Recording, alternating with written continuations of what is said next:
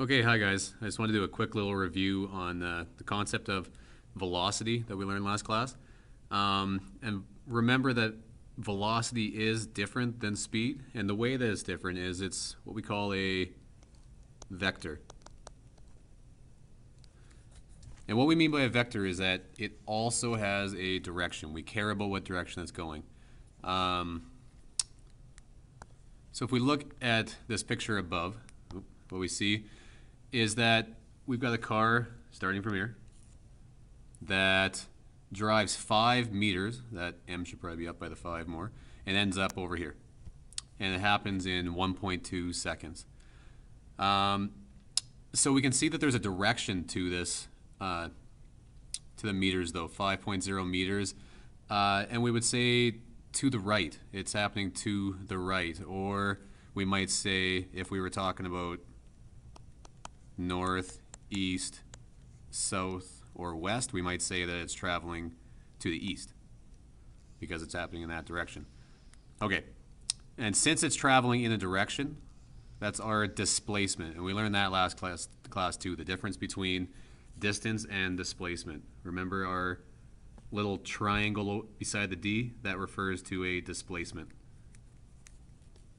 Okay, so in this question, which is already done for you, which shows you, okay, so the average velocity is going to be equal to my displacement over my time. So in this question, it shows that we're going to the right, and this little plus sign here is indicating that we are, in fact, going to the right.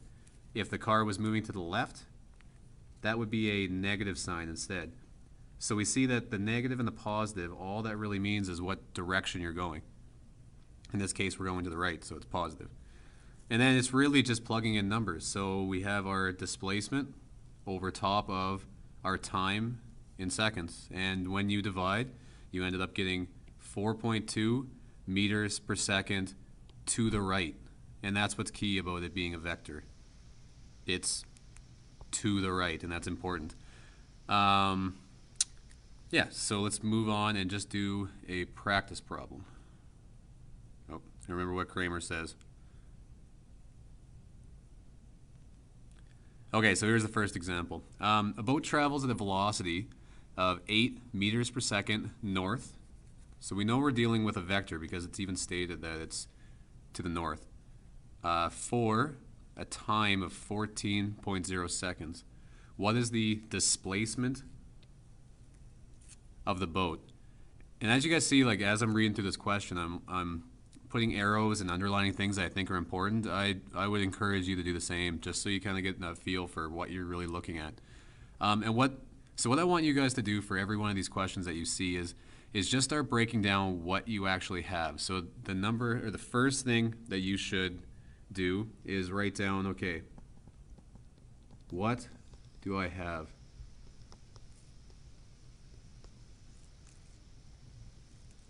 And the way that would look is you just write down, well, this is the formula we know we're going to use. V is equal to displacement over time. So really, what of these three things do I have? It tells me I have a velocity of 8 meters per second, so I'm going to write down V with the arrow over top of it for velocity is equal to 8.00 meters per second. It tells me for 14 seconds. The only thing we measure in seconds is time, so we know our time. Time is going to be equal to 14.0 seconds. The last thing that we could even have is our displacement, and it asks us that too. It says, what is the displacement of the boat? So triangle D, or displacement, is going to be equal to, well, we don't know. That's the thing we're looking for. So